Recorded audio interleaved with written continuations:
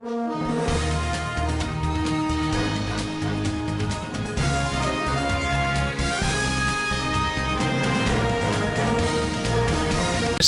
the 14th of June, it's a winter's day. Unfortunately, it looks like it as well, and we're down here at Bill's location in San Remo, and behind us here was a forest at one stage, and now this forest has been removed. What actually happened here, and what problems have you had since they removed the forest just up the road here?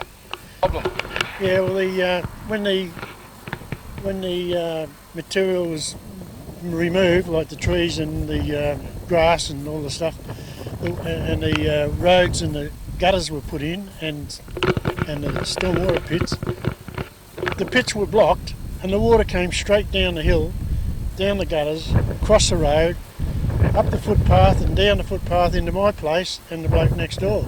So all this beautiful vegetation and old trees that's been here since Adam and Eve was all removed in one go, and the consequences. What do you reckon? We'll go and have a look, and we'll show people exactly what's happened since they removed this beautiful bush behind us. Yeah.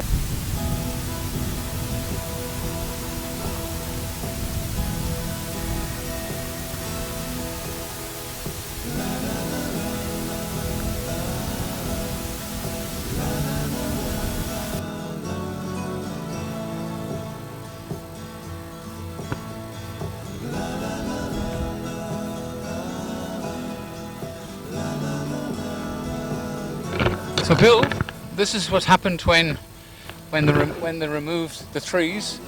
We just had a look here behind us. So, and down the side here they've got barriers to stop the water running into that property there. Stop the mud going into the property.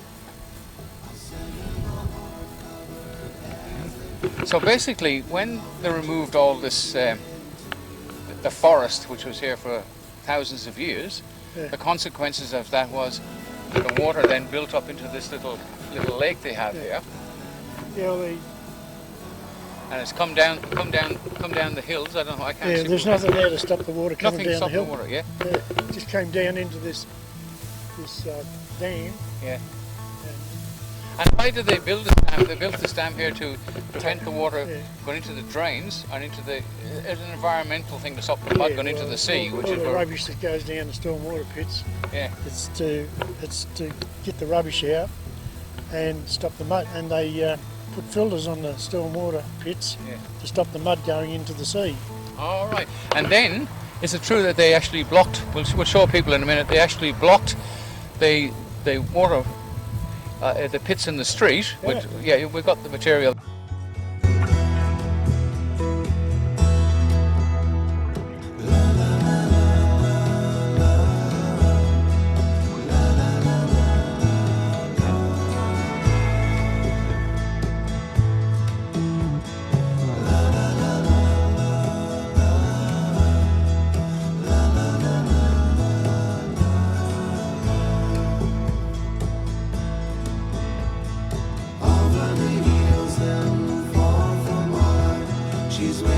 And then the consequences of that, which the water all flowed into your house and quite a few other people's houses to the extent that you can't even live in it.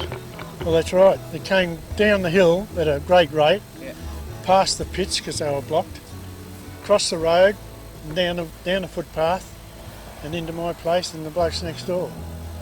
Two houses were flooded out, and down the driveways of two other houses before.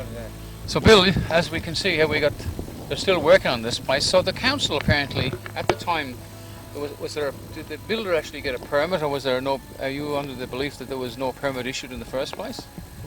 I think there was a permit issued, but I was told that it wasn't signed off.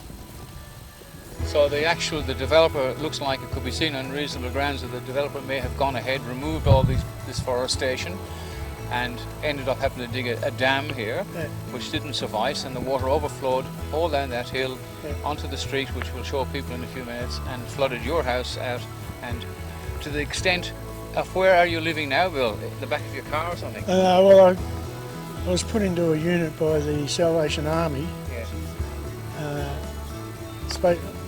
I'm a victim of crime, and the Salvation Army is a charity organisation, but I don't really like that. There's people more deserving in Australia. How old are you now, Bill? 78. 78, a bit older than me, so there's hope for me yet. So basically, nobody took any responsibility for the damage. The builder, the council. Have you approached the council and what was their attitude? Helpful or not helpful? Not helpful whatsoever. All they did was directed me to the Salvation Army. In other words, they passed the proverbial buck. Yeah, and it's been being passed around from one to the other. Of course, yeah. The council, the developer and the contractor. So And the contractor throws it back to the council and it goes round the circle again. it seems like the situation with all these councils which are convinced they're part of the local government, which of course they're not, they're a private corporation, and of course the builder is a private corporation, the government is a private corporation, so the only thing we can look at this is the people making the decision on what should be done with this in general. So basically, let's go and look at some of the damage that is caused by this. It could be seeing, you don't have to be an engineer to come out and find out if there was a forest here one time. Everything was okay until this was cleared. They couldn't, all the water drainage couldn't be removed under normal circumstances. They blocked the drains up, so we'll have a look at those drains and go from there. The native growth was like a handbrake on the water coming down the hill. Makes sense. As you can see, just down the road, where the water runs right down the road here, it goes through the houses obviously on the lowest point, and the house on the lowest point of this particular was Bill. He was the major victim in this, apart from some of his neighbours. So it's a downhill exercise for the water, obviously, and it accumulates in the lowest point, and his house has actually sunk in the ground. So it's actually impossible to live there. In fact, it's a health hazard. Anyway, let's go down and have a look at Bill's house from a close-up point of view. Where your house, it's actually the damage has come to where you're looking just here, where it's the house has gone down past the cement block itself, or was the block itself sunk? Well, see this apron? That's for running the mower along there. But that was on an opposite angle, you know, away from down and away from the house. Yeah. But now it's on the angle is up because the slab sunk down. It looks like the slab sunk down a fair bit. The whole slab of concrete is leaning slightly towards the house itself, so the house has gone down past that cement slab itself, so it's sunk. So the windows are lower to the ground than they were before. Like there's only before there's probably 2 bricks above that ground there, but then there's only the 1. Yeah, well, the apron was on the opposite angle to what it Go was. and find out now. Yeah, the apron was on a different angle. This is now directing the water to the house on the slope, you know, sloping down into the house. Before it was the opposite. We're just outside your house now. We had to look around all those cracks in it and stuff, which you've given me some photographs, and you had to move all the stuff out of your shed into your car park, so the cars are even outside in the cold and wet. So basically, until when did all this start? On the 5th of April is when the water came inside the house and down through the carport. And devastated everything. Before that, everything was quite cool. No, Yeah. So you've given me some photographs where they actually blocked the drains, and the idea of blocking the drains was to prevent the muddy water getting into the drains and going down to the beach, which is just down the road. Into the the beach, bay. it would have gone into the bay anyway. That's right. Through the storm drains, but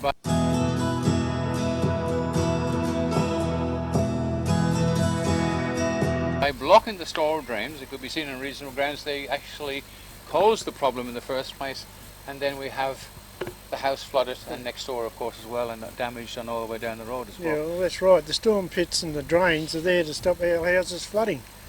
It's not there, you know, and if you block those stormwater pits, it's going to cause flooding in people's houses, and it's a crime. Of course. And who do you actually blame? Where would you see the blame being, and has anybody taken any responsibility in relation to that claim of damage? Well, the Shire has directed me to the Salvation Army. What shire is that, Bill? Bass Coast Shire. Bass State, and that's Bass Coast. Bass Coast Shire. Yeah. Perhaps we should have a chat with them. We'll have a go and have a look outside their places so we can show the people how caring this particular council is. Oh, yeah. Not very caring. So they fobbed you off. Well, this is what they do to everybody. They make excuses, and of course, you know, what's this? Everybody is full of excuses these days. I keep asking when they're going to take the filters from the stormwater pits that have been blocked up within the first 5 minutes, and they've been there for 8 weeks. 8 weeks. 8 weeks, the filters and the block filters, and they haven't even unblocked the filters. Oh And my today God. they've taken them away, most of them. Very frustrating. Oh, it must be, especially. Every time it's going to rains a bit, you know, you wonder how hard it's going to be, because with all those sandbags and filters blocked up, it's going to happen again. And this has gone on now since April, is it? Yeah, 8 weeks. 8 weeks, and they've done nothing, just diddly squat. Well, they've been asked when the filters were going to be removed, and they didn't answer. And I tried to find out who put the filters there in the first place, who blocked all the pits. And they won't tell me. And who did you communicate with the CEO of that private corporation known as the council? Did you actually talk to anybody there, or you addressed your letters to them? Well, yeah, a friend of mine's addressed a lot of letters to the council, and we're not getting. And did it go to the council itself, or did you direct those letters to the CEO of the council? Well, we've done everything. Everything. So Yeah, you've covered all the ground. everybody, Everybody's been informed. The Have they give you any indication whether they've accepted responsibility, or any indication, any No. hope? In other words, nothing. no, nobody's owned up to who's who and So they keep who's passing. who in the zoo. You know, Yeah. they're all over the place. They keep passing the proverbial buck from it's his fault, it's her fault, and it's somebody else's fault. In the end, you're the one paying the penalty for this disruption. Yeah.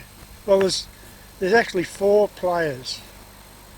There's the Shire, the developer, the contractor, and there's the ABN cable going across at the bottom of the Back Beach Road.